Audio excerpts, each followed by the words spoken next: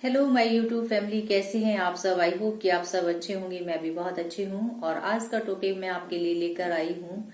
आजकल शादियों का सीजन चल रहा है, तो मैंने सोचा कि चलो एक टॉपिक पर बात करते हैं। जितनी भी लड़कियां शादी करके नए घर के अंदर जाएंगी तो वो कैसे एडजस्ट होती है, वहां पर उनको क्या करना चाहिए एडजस्ट होने के लिए और अपनी अच्छी लाइफ के लिए उनको क्या क्या करना है वहां पर जाकर। तो उन्हीं पॉइंटों को आज मैं बताऊंगी कि एक हैप्पी न्यूली मैरिड लाइफ वो कैसे जिए।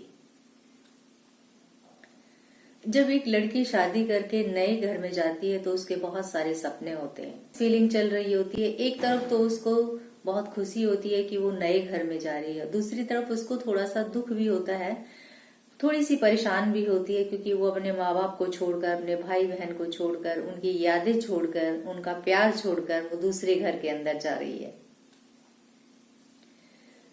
दूसरी तरफ थोड़ा सा वो नर्वस होती है कि वो जब नए घर के अंदर जाएगी तो लोग क्या उसको पसंद करेंगे, क्या लोग उससे प्यार करेंगे, क्या वो वहां पर एडजस्ट हो पाएगी।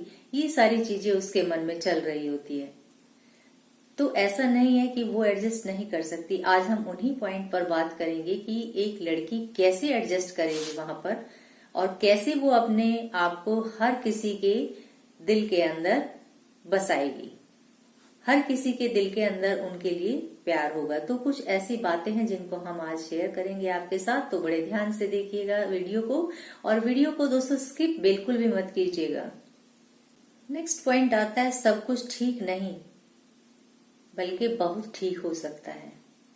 सिर्फ आपको कुछ चीजों पर ध्यान देने की आवश्यकता है। जैसे कि आप नए नए घर के अंदर जाते हैं, सास होती है ससुराल में, ससुर होते हैं, ननद होती है, जेठानी होती है। आपको सबसे पहले उनका सबका सम्मान करना है, सबको रेस्पेक्टफुली बात करनी है। तो अगर आप ऐसा करते हैं कि हर किसी के साथ अपनी बॉन्डिंग आप अच्छे से बनाकर चलते हैं, तो आपके लिए वहां पर जाकर कोई मुश्किल काम नहीं होगा कि आपको वहां पर एडजस्ट करने में दिक्कत होगी। आप अपनी सास के साथ ऐसी बॉन्डिंग बनाइए जैसे कि आपकी माँ की बॉन्डिंग थी। थोड़ा सा मुश्किल होगा क्योंकि माँ के साथ आप बचपन से रहते आए हैं, लेकिन धीरे धीरे सब एडजस्ट हो जाता है। जब एक नए घर के अंदर जाते हैं तो थोड़ा सा टाइम लगता है, लेकिन आप सब मैनेज कर सकते हैं अगर आप समझ से काम लेते हैं। तो सबसे पहले तो आपको थोड़ा सा होमवर्क करके जाना जरूरी है। होमवर्क का मतलब यहाँ पर ये है कि आपको अपने हस्बैंड के बारे में बातें पता होनी चाहिए कि आपके हस्बैंड को क्या पसंद है, क्या नहीं पसंद है, उनको खाने में क्या चीजें अच्छी लगती है, पहनने में क्या चीजें अच्छी लगती है, सास की क्या पसंद है ससुराल में, और ससुर की क्या पसंद है, ननद की क्या पसंद है। आजकल तो ये बहुत ही इजी हो गया है क्योंकि आजकल फोन है और फोन के द्वारा सब बातें करते हैं। तो फोन के जरिए आप सब कुछ ये पता कर सकते हैं कि किसको क्या क्या पसंद है और क्या पसंद नहीं है। तो जब आप ससुराल में जाएंगे और आपको उन सारी चीजों के बारे में पता होगा तो आपके लिए बहुत ज्यादा मुश्किल नहीं होगा। कुछ ऐसा मुश्किल नहीं होगा कि आप वो काम नहीं कर पाएंगे। ये सबसे अच्छा तरीका है कि हर किसी के बारे में जानना। इससे क्या होगा कि आपको इम्प्रेस करने में ज्यादा परेशानी नहीं होगी। आप उनको अच्छे से इम्प्रेस कर पाओगे अपनी बातों से, अपने काम से। आपको अपने इन-लॉज से रेस्पेक्टफुली हमेशा बात करनी है। कभी किसी टोन के अंदर आपको बात बिल्कुल भी नहीं करनी। नेक्स्ट पॉइंट आता है कि हर किसी के ट्रेडिशन होते हैं। आपको उनके ट्रेडिशन का सम्मान करना है, उसका पालन करना है। जैसे कि हमारे यहाँ पर त्योहार होते हैं, 30 त्योहार सब जगह अलग अलग रीति रिवाज से मनाए जाते हैं। आपके मायके में अलग ढंग से मनाए जाते हैं, ससुराल में अलग ढंग से मनाए जाते हैं। अब आपको ससुराल जाना है तो ससुराल के हिसाब से ही आपको वो सारी चीजें फॉलो करनी है और आपको भी उनको वैसे ही करना है जैसे कि आपके ससुराल वाले करते हैं। आप बीच में ये ना बताएं कि मेरे घर में तो ये नहीं होता, मेरे घर में तो ऐसे त्योहार नहीं मनाए जाते, मैं ऐसे नहीं मना सकती। तो आपको वो चीजें यहाँ पर नहीं करनी है। और अगर आपको पसंद नहीं भी है कोई चीज तो आपको सबसे पहले अपने हस्बैंड को बतानी है और उसका रीजन भी बताना है कि आपको ये चीजें क्यों पसंद नहीं है। या फिर आप अपनी सास से भी डायरेक्ट बात कर सकती है कि मुझे ये रीति रिवाज बिल्कुल भी पसंद नहीं है और मुझे कोई इंटरेस्ट नहीं है इसको करने में, और आपका डिसीजन उनको सही लगा, उसका आपको जो रीजन है वो आपको बताना है और जो रियल रीजन है कि आप उसको क्यों नहीं फॉलो करना चाहते। तो शायद वो आपकी बात समझेंगे, आपकी बात को ध्यान से गौर भी करेंगे और फिर आपको उस चीज के लिए बोलेंगे भी आपको करना है कि नहीं करना है। कई बार ऐसा होता है कि ससुराल वालों को खुश करने के लिए आप बहुत ज्यादा ओवर करते हैं। ओवर का मतलब ये है कि आप बहुत ज्यादा काम करते हैं, जैसे कि सुबह सबसे पहले उठना, सारा घर का काम करना, हर आदमी की जरूरतों के बारे में ध्यान रखना, उनका सारा काम करना, ये आप करते हैं। लेकिन आपको कभी भी ओवर नहीं करना चाहिए। जब आप ओवर करने लगते हैं तो लोगों की एक्सपेक्टेशन आपसे बढ़ जाती है। वो आपको कभी नहीं करना है, क्योंकि वो फिर आगे चलकर आपके लिए भी परेशानी खड़ा कर सकता है, घर में झगड़े खड़ा कर सकता है। तो आपको ऐसा काम नहीं करना है। जैसे कि एक एग्जाम्पल के तौर पर मैं बताती हूँ कि आपकी शादी को 1 साल हो गया है। कुछ दिन के बाद में आप प्रेग्नेंट हो जाते हैं और प्रेग्नेंट होने के बाद में आपका जल्दी उठने का मन नहीं करता है, काम करने का मन नहीं करता है, आपकी बॉडी अलाउ नहीं करती है, क्योंकि बहुत सारे चेंजेस आते हैं। जब एक लेडी प्रेग्नेंट होती है तो बहुत सारे चेंज आ जाते हैं। तो उस टाइम पे उसका मन नहीं करता है कि वो काम करे, अजीब अजीब उसका खाने का मन करता है। तो उस टाइम पे लोग आपसे वही एक्सपेक्टेशन रखेंगे कि जैसे आप पहले काम कर रहे थे, अब काम क्यों नहीं करते हो, अब आप जल्दी क्यों नहीं उठते हो, सारे घर का काम पहले तो बहुत अच्छे से कर लेते थे, अब ऐसा क्या हो गया है कि आप नहीं कर सकते। तो आपको कभी भी ऐसा नहीं करना है। आपको इतनी ज्यादा एक्सपेक्टेशन लोगों की अपनी तरफ नहीं करनी है कि आपको लोग फिर वैसे यूज करने लगे, क्योंकि फिर जब आप नहीं करोगे तो लोगों को बुरा लगेगा और फिर वही चीजें घर के अंदर चिड़चिड़ापन, लड़ाई झगड़े पर आ जाता है। तो आपको ऐसी कोई भी चीजें नहीं करनी है, आपको ओवर बिल्कुल भी नहीं करना है। नेक्स्ट पॉइंट आता है रिश्तों को समझना है। यहाँ पर आपको रिश्तों का समझना बहुत जरूरी है। आप जैसे जाते हैं ससुराल में तो पुरानी दकियानुसी सोच के साथ एंट्री ना लें। वहां पर आपको नई सोच के साथ जाना है, अपने नए विचारों के साथ जाना है।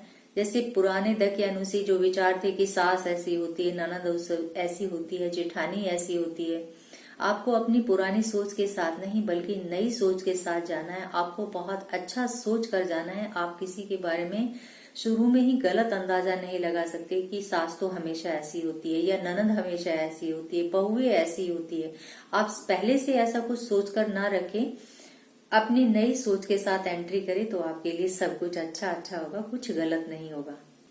नेक्स्ट पॉइंट आता है कि आप किसी से इतना घुल मिल ना जाएं कि आप उनको हर चीज बता दें। जो चीजें आपको नहीं बतानी है, अगर आप वो चीजें भी बताते हो तो वो गलत है।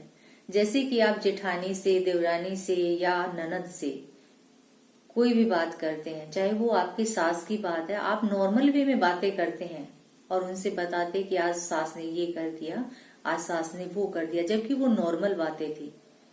और आपने बताया और ननद ने सास को जाकर बोला कि भाभी आपके बारे में ऐसा बोल रही थी। वहां पर बातें एक के 2 लग कर जाती और डिफरेंसेस आने शुरू हो जाते हैं। अगर आपके मन के अंदर कोई ऐसी बात है तो आप डायरेक्ट बात करें। कुछ बातें ऐसी होती है कि जो आपको नहीं बतानी चाहिए और वो भी बातें आप बता देते हैं।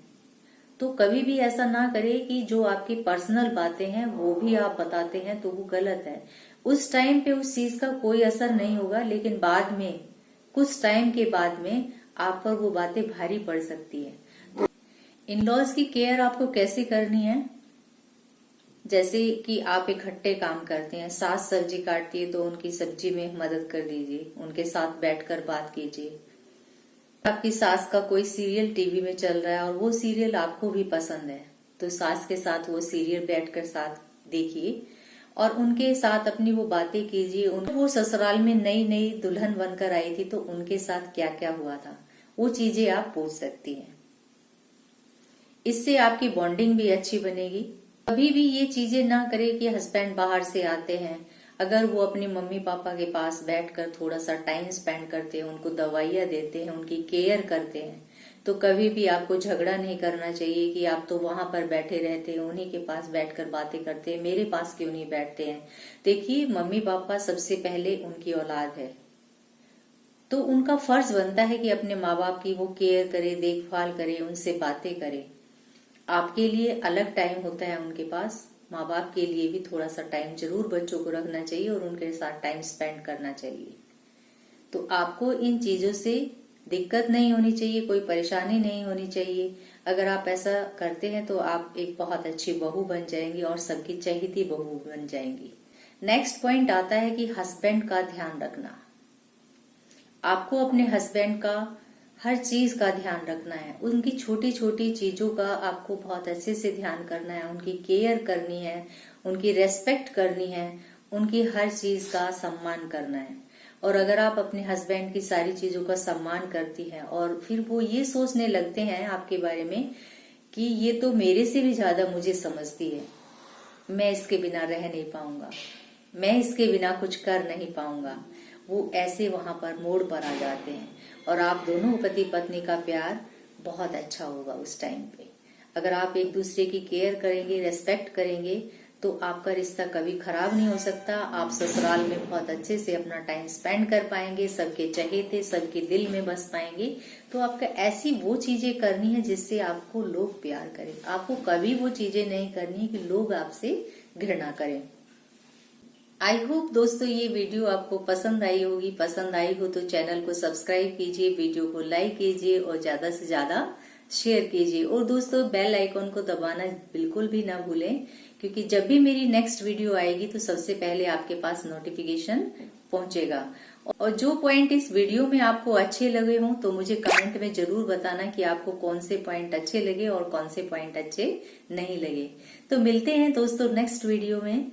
Bye bye.